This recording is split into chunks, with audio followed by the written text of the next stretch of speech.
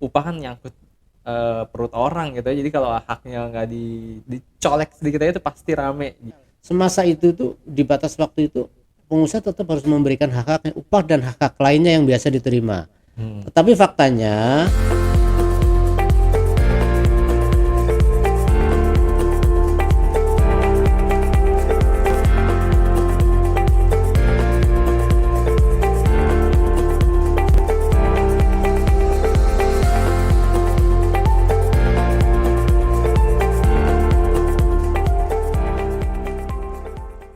Halo Sobat Sneaker yang dimanapun Anda berada, kembali lagi dalam podcast Eli Channel dalam program Sneakers seputar dunia kerja.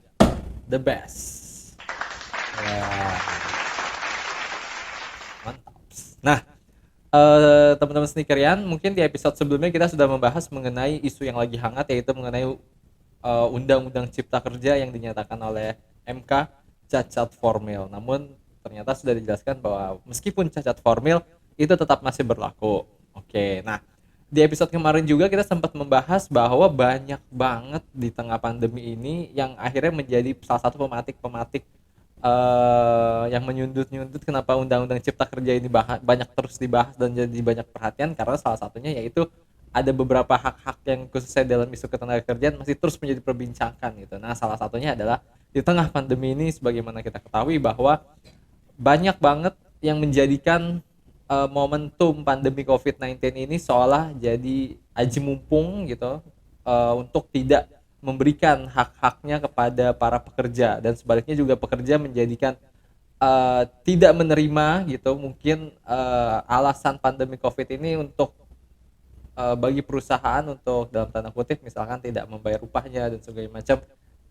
Ya istilahnya jadi saling berantem lah ya, berdebat gitu mengenai pemberian upah gitu, khususnya mengenai upah gitu, karena memang upah kan nyangkut perut orang gitu ya. Jadi kalau haknya nggak dicolek sedikit aja itu pasti rame gitu. Dan banyak juga memang kasus-kasus di tengah pandemi ini, banyak perusahaan yang akhirnya tidak membayar upah pekerjanya secara layak gitu. Mungkin teman-teman sneakerian juga merasakan gitu selama pandemi di tahun 2020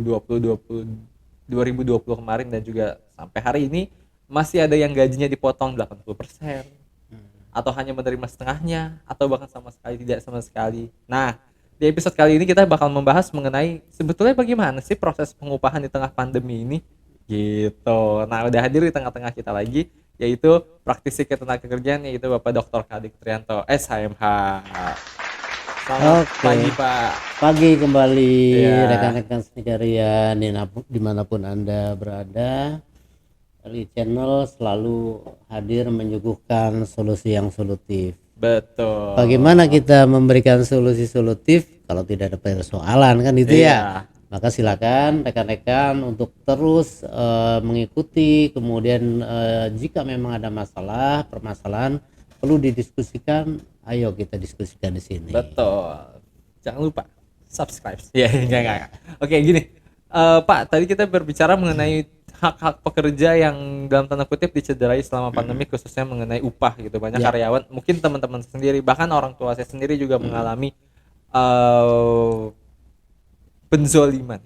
Wah, mantap ya. Menghadapi Penzoliman ya. dicederai hak-hak upahnya gitu, dengan Oke. alasan ya karena kan Anda dirumahkan atau Anda tidak bekerja dan segala macam, akhirnya pengusaha menjustifikasi itu untuk tidak memberikan upah itu sendiri. Namun Ya. sebelum jauh ngomongin itu, kita ngomongin dulu kali ya sebenarnya definisi upah itu Ya. sendiri itu apa, upah itu sebenarnya apa sih gitu, yang dimaknai dengan upah itu sendiri Ya. tuh gimana tuh, Pak?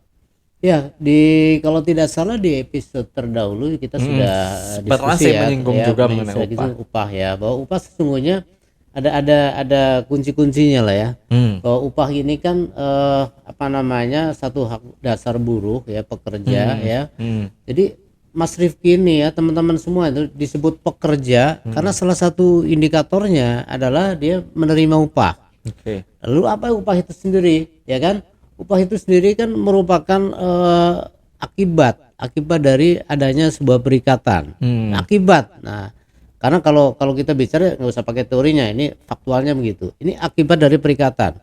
Maka timbul namanya upah kan itu Iya. ya. Upah itu sendiri dikunci. Bentuknya itu harus uang. Kan Oke. gitu ya. Kan banyak juga di masa-masa pandemi ini diberikan dalam bentuk aset misalnya Udah saya kasih voucher misalnya ya, voucher belanja nilainya mungkin lebih tinggi dari upah yang biasa. Bisa upah biasa diterima 5 juta, diganti voucher belanja nilainya misalnya 10 juta gitu. Apakah itu bisa dimanai dengan upah? Ya tidak bisa. Karena bentuknya bukan uang, itu kan bentuknya adalah voucher. Tetapi sepanjang bahwa itu dimaknai dan disepakati, ya tidak ada yang salah. Ya lagi-lagi bahwa hukum kita ini hukum perikatan, ya undang-undang yang tertinggi adalah para pihak, ya pihak yang tertinggi para pihak. Jadi kalau sudah disepakati dan di mana itu sebagai nilai yang bisa diuangkan, ya monggo. Tapi kalau bentuknya barang, pastilah itu bukanlah sebuah upah ya. Lalu upah itu kan lahir sejak adanya perikatan tadi ya. Kemudian berakhir ya setelah ada pemutusan hubungan kerja. Yang terjadi persoalan-persoalan tadi, dirumahkan, tidak dibayar upahnya, ya kan? Kemudian ada yang dibayar sebagian, kemudian berujung pada pengakhiran hubungan kerja atau PHK, ya kan? Yang selama proses PHK, kan proses PHK ini kadang-kadang panjang banget nih, melelahkan. Saya juga mungkin kalau jadi teman-teman jadi buruh ya, jadi pekerja, saya mungkin ada di dalam orang yang kesakitan juga.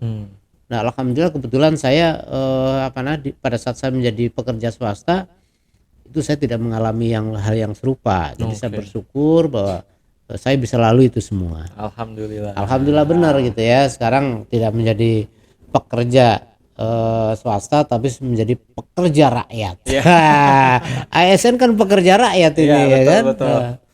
Oke, nah tadi Pak akhirnya kan tadi memunculkan adanya proses misalkan dalam tanda kutip perusahaan ini akhirnya harus mem-PHK dan segala macam dan mungkin itu juga mengalami berbagai macam, misalkan ada persidangan mengenai PHK dan segala macam. Nah dalam proses, tapi kan selama proses yang saya pahami gitu ya, proses selama persidangan itu kan pekerja juga masih tetap bekerja dan segala macam. Nah itu gimana tuh pengaturan mengenai hak-hak pekerja yang diterima atau segala macamnya itu ketika terjadi persidangan misalkan persidangan pengusahaan PHK atau ada yang pihak yang tidak terima ya harus sidang dan segala macam. Nah itu gimana tuh? Oke, sebelum ke situ saya ingin melanjutkan yang tadi ya, bahwa ada klausul di dalam Undang-Undang 13 ya terkait dengan pemahaman no work no pay. Saya pernah tegaskan juga bahwa no work no pay itu harus lahir dari individu si pekerja. Yang mengakibatkan dia tidak bergaji, tidak dibayar adalah kehendak pekerja. Kalau kemudian dirumahkan ya atau skorsing, ini kan kehendak dari pengusaha. Maka dalam undang-undang juga ditegaskan, dia tetap pengusaha atau pemberi kerja tetap wajib memberikan upah dan segala hak-haknya. Tetap wajib tuh gitu ya. Nah, tetapi ini di masa pandemi ada kecenderungan ya, saya tidak mengatakan general, ada kecenderungan bahwa hal-hal tersebut tuh semua bisa dinegosiasikan. Ya, tapi jangan salah ya, ini tidak bernegosiasi tapi bagaimana mendialogkan, mengkomunikasikan atas ketidakmampuan, atas kondisi perusahaan. Jadi berdialog. Nah dialog ini untuk menyelesaikan masalah gitu ya. Jadi jangan diartikan untuk menghindarkan dari tanggung jawab. Nah, kalau untuk menghindarkan dari tanggung jawab ya sudah ada kunci-kuncinya tadi. Nah kemudian di 152 ya, 152 Undang-Undang 13 2003 itu udah jelas dikatakan bahwa PHK itu ya, pengakhiran hubungan kerja itu satu, itu kan memang upaya terakhir, tidak ada upaya lain maka terjadilah itu ya. Pengusaha dimintakan oleh undang-undang itu ya, diwajibkan untuk melakukan berbagai upaya sehingga tidak terjadi pengakhiran hubungan kerja dalam artian PHK. Nah, kalau sudah tidak ada jalan lain, maka itu pun harus bipartitkan, dirundingkan lagi. Pekerja saudara Rizky terkait dengan begini-gini, misalnya kinerja Anda juga semakin buruk ya, tidak produktif lagi, maka terima kasih atas pengabdiannya selama ini dan mulai bulan depan saudara saya akhiri hubungan kerjanya. Ini kan dialog nih disampaikan nih bipartit ya.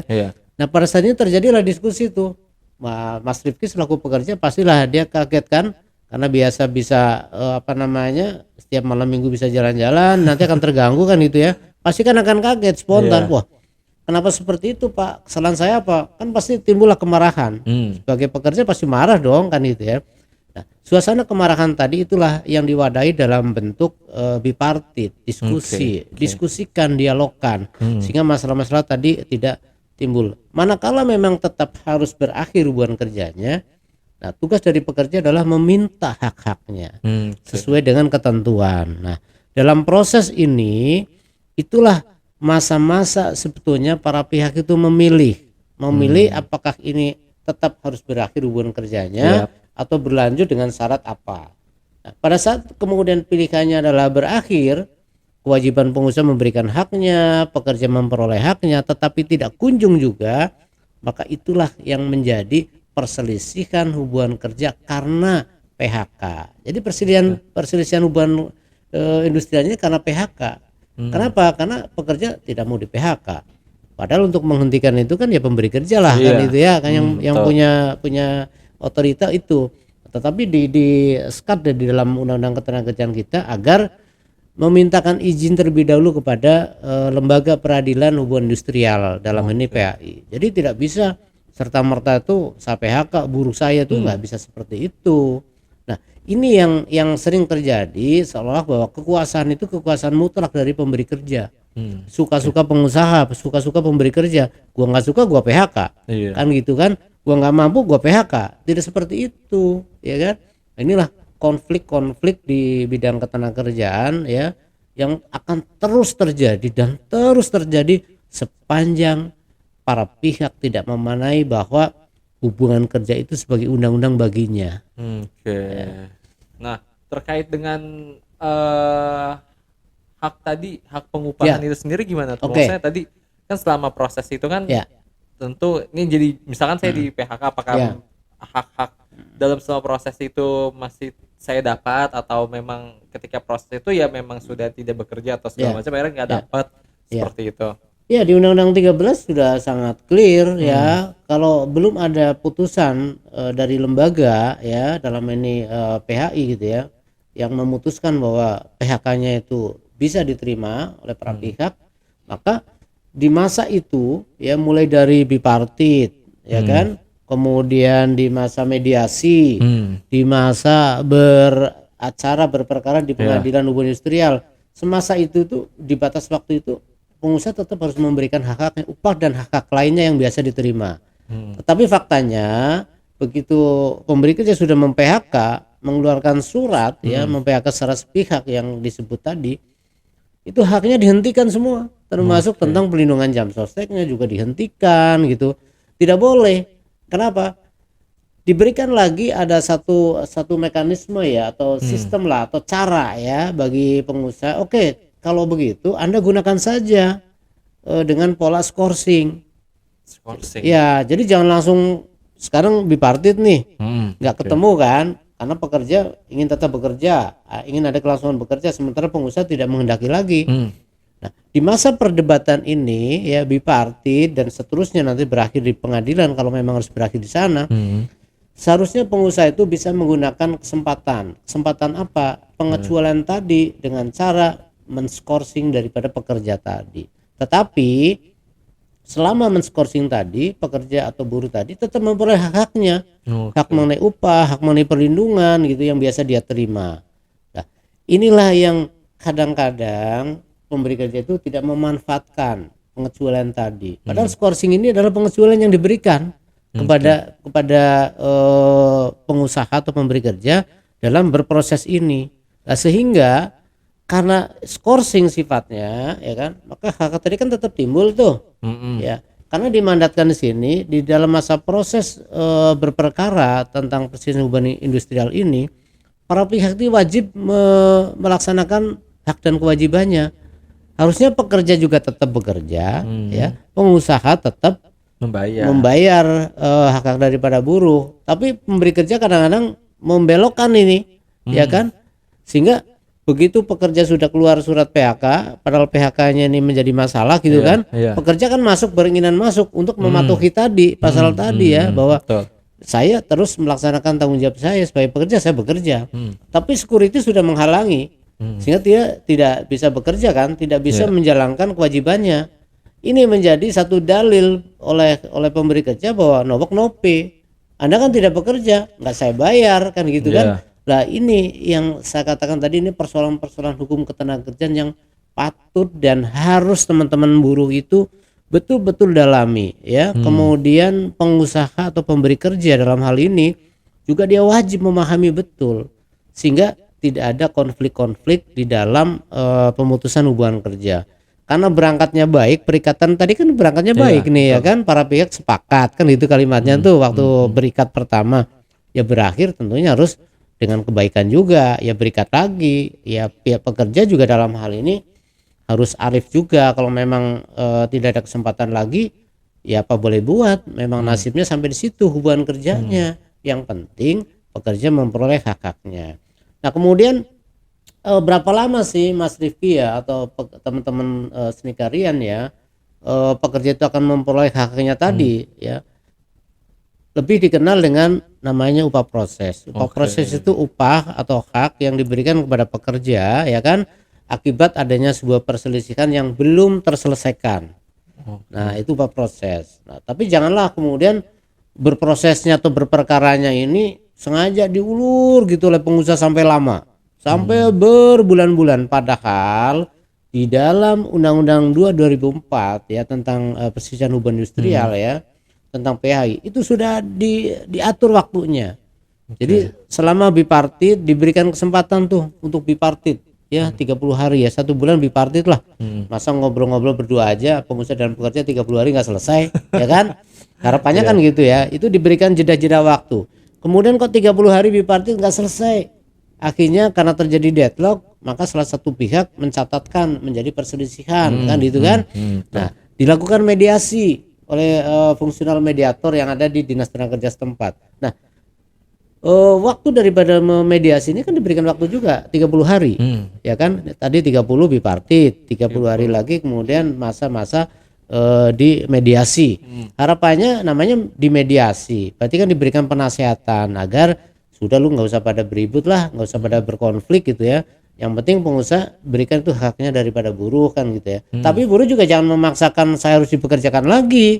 Orang memang sudah tidak ada tempat atau tidak sesuai lagi dengan kebutuhan dari pengusaha gitu ya. Yang terpenting haknya tuh diperoleh gitu loh. Jadi jangan terus kekeh bahwa enggak saya harus dipekerjakan lagi loh. Sudah nggak ada lagi tempatnya bagaimana gitu ya. Nah yang penting diperjuangkan adalah haknya. Nah kalau selama mediasi ya sampai dengan keluar anjuran, kemudian ada 14 hari tidak kunjung juga, masih ada waktu lagi tuh, ada nafas lagi diberikan sampai berapa ya 50 hari ya 50 hari.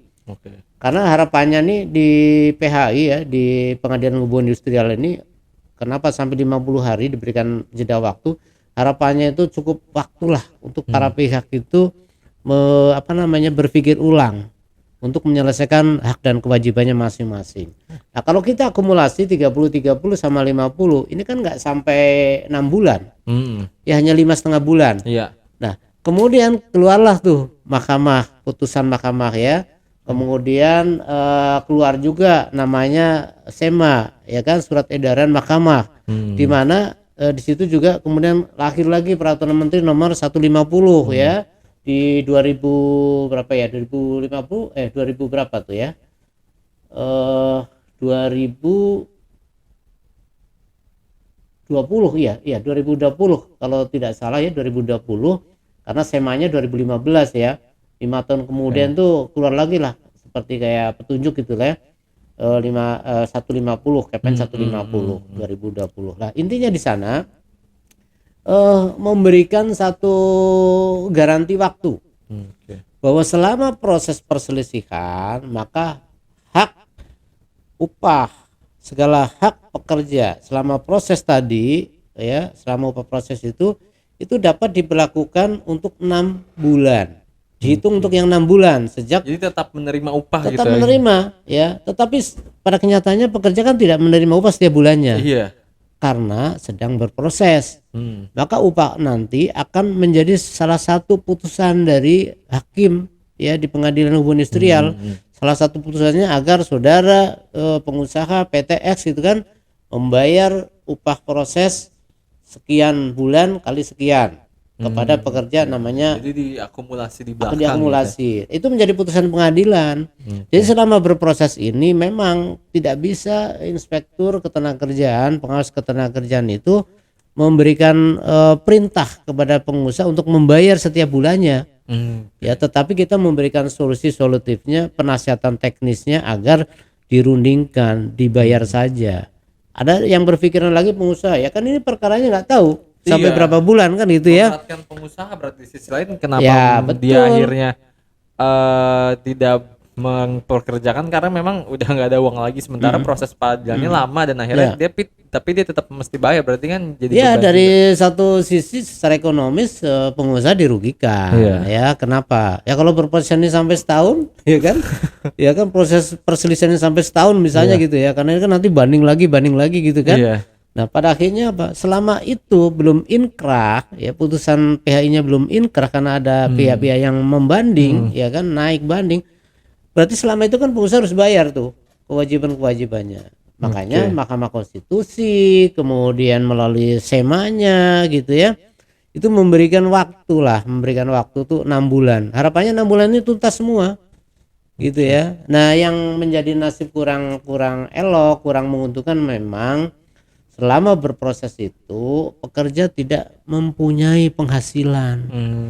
Ya, bagaimana cara dan solusinya? Ya lagi-lagi, walaupun ini sudah berproses di pengadilan, tetap saja kita para aparat di bidang ketenagakerjaan ini memberikan penasihatan agar ya diberikanlah haknya, khususnya terkait dengan perlindungan jam sostek, jaminan kesehatan. Ini kalau tidak diberikan, begitu terjadi kecelakaan kerja, ada yang meninggal atau sakit dan sebagainya, kan buruh menerima resiko ya, karena tidak diikutsertakan lagi dalam program lah.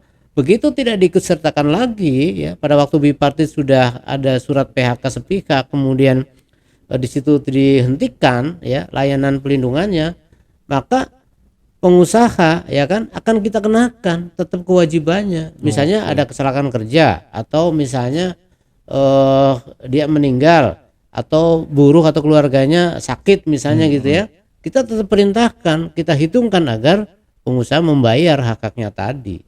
Padahal kalau pengusaha tetap melanjutkan mengiur kepada badan penyelenggara baik itu BPJS Kes maupun TK, pengusaha enak.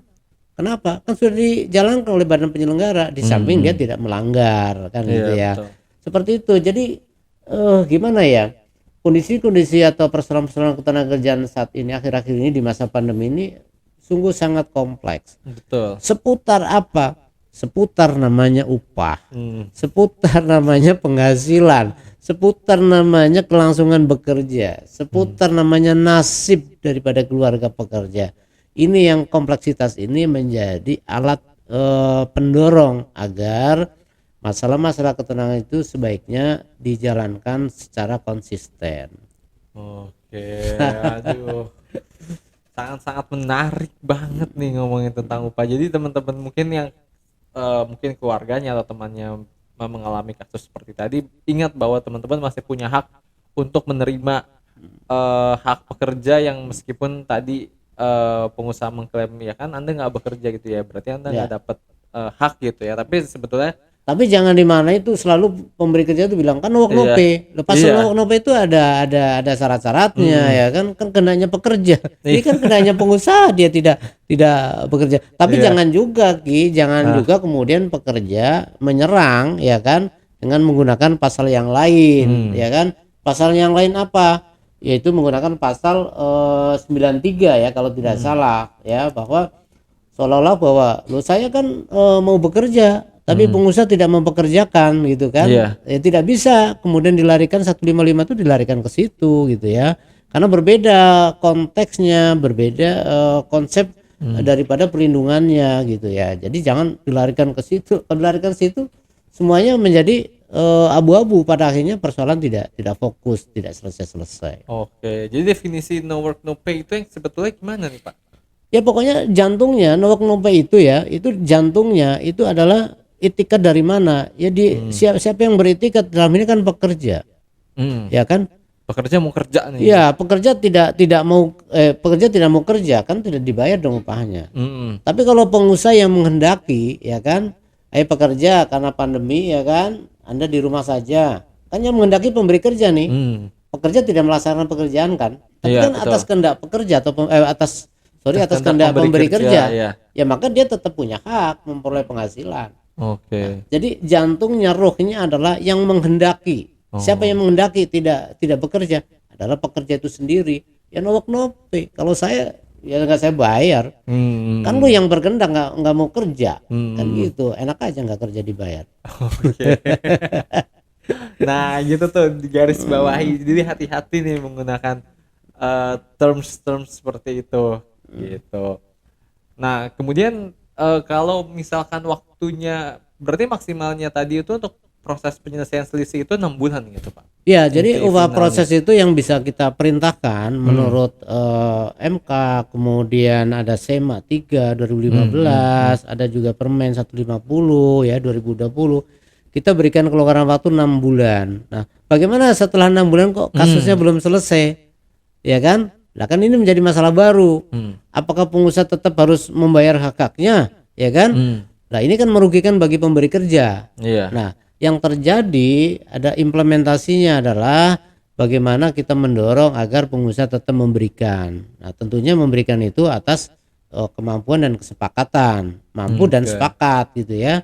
Dia mampunya 5.000 misalnya 2 juta tetapi tidak disepakati, ya juga menyalahi juga kesepakatan. Karena kesepakatan itu kan menjadi undang-undang baginya gitu kan.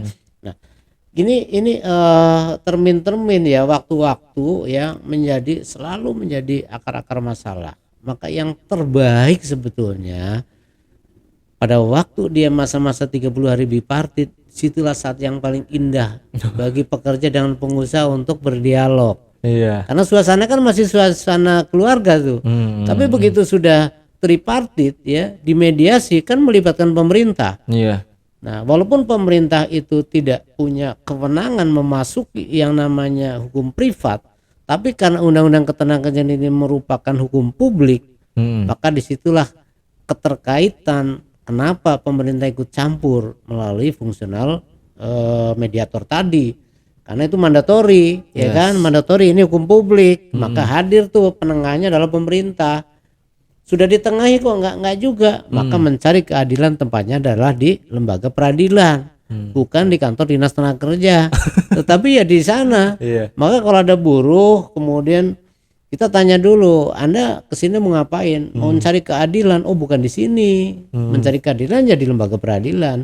Tapi kalau Anda di sini meminta ada penyelesaian masalah, itulah hadirnya negara, hadirnya pemerintah melalui fungsional pengawas ketenagakerjaan kalau itu ditangani oleh pegawai pengawas, kemudian melalui mediasi kalau itu ditangani oleh mediator kan gitu ya.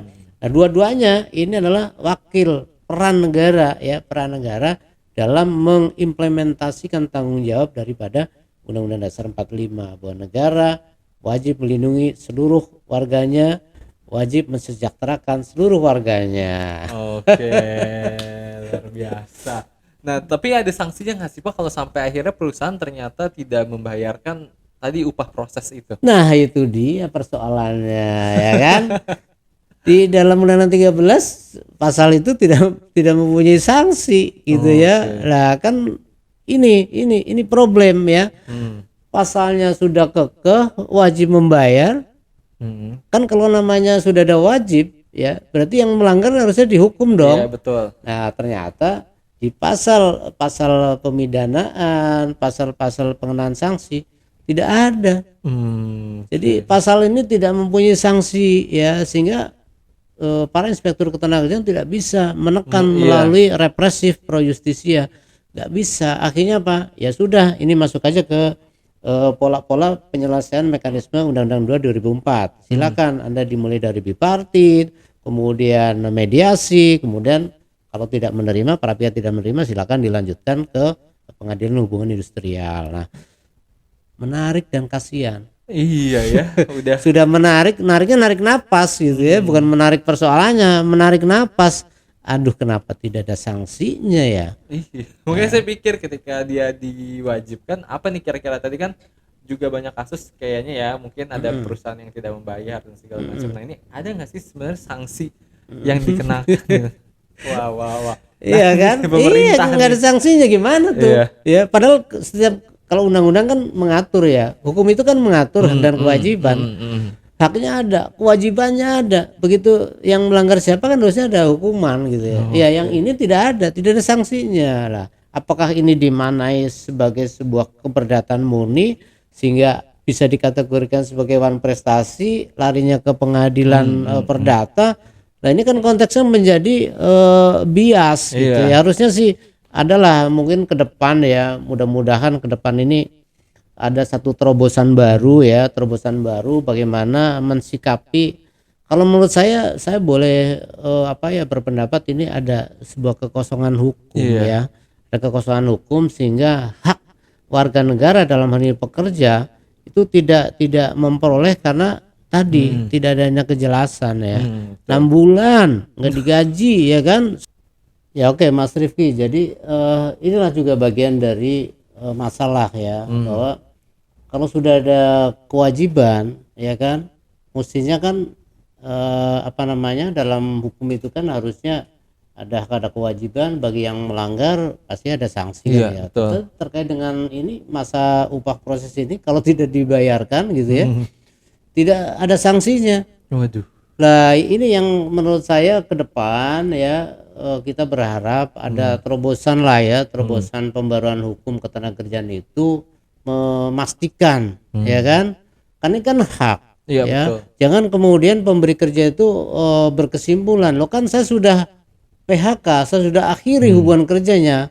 Betul, tapi itu kan tidak dimaknai sebagai hukum, sebagai keputusan peradilan. Iya, Kan betul. mestinya yang diakui di sini kan sepanjang dia belum ada putusan ya lembaga peradilan hubungan industrial, maka para pihak kan tetap harus menjalankan hak dan kewajibannya, tugas dan kewajibannya. Nah, betul. jangan dimaknai kan saya sudah keluarkan surat PHK, berarti sejak itu saya tidak Iya, membayar. membayar, Nah, iya. kalau lahirnya pasal-pasal ini di mana itu, maka nasib buruh selamanya ini akan di posisi yang sangat sulit mencari keadilan. Waduh. Ya, maka sekali lagi harapan saya sih tentunya sebagai praktisi, sebagai pemerhati dan bagian daripada masyarakat pekerja juga, ke depan ini ada terobosan lah, terobosan ya, sehingga ada kepastian. Ya boleh dibilang ini ada terjadi kekosongan hukum di sini, ya kan? Sangat disayangkan kalau Undang-Undang Cipta Kerja sudah begitu gemuruh, ya kan?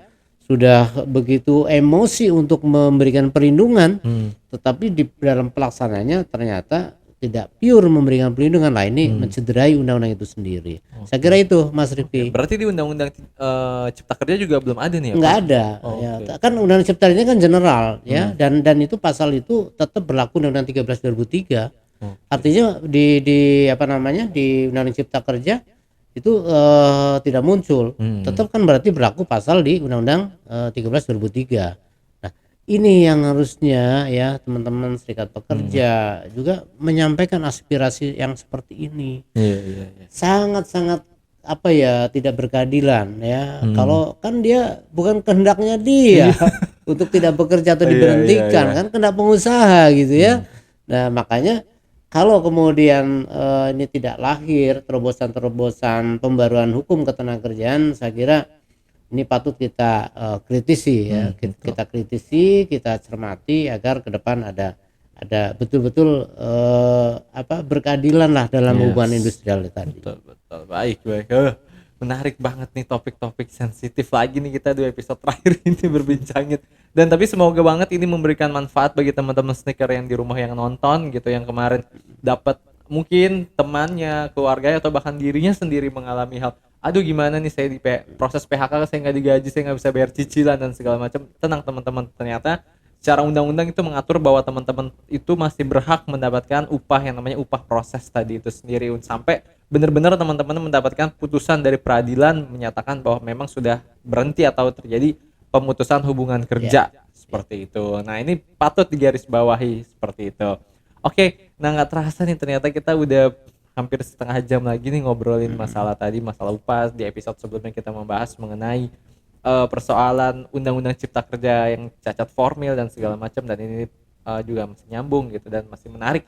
Dan mungkin episode-episode berikutnya kalau teman-teman sneakerian punya pertanyaan, punya keluhan dan segala macam, langsung aja komen di YouTube kita di kolom komennya itu untuk ditanyain gitu. Nanti kita bisa bahas nih bareng Pak Kadik untuk masalah teman-teman yang mungkin teman-teman jadi keluhan, jadi bingung mau nanya sama siapa. Nah, kita udah punya nih praktisi ketenaga kerjanya gitu. Kita memberikan solusi yang solutif gitu.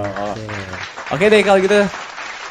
Teman-teman Sneakerian, sampai ketemu lagi di episode berikutnya, dan jangan lupa like, comment, dan subscribe YouTube kita di Eli Channel, dan juga jangan lupa follow Instagram kita di elichannel.id. Sampai bertemu di episode berikutnya.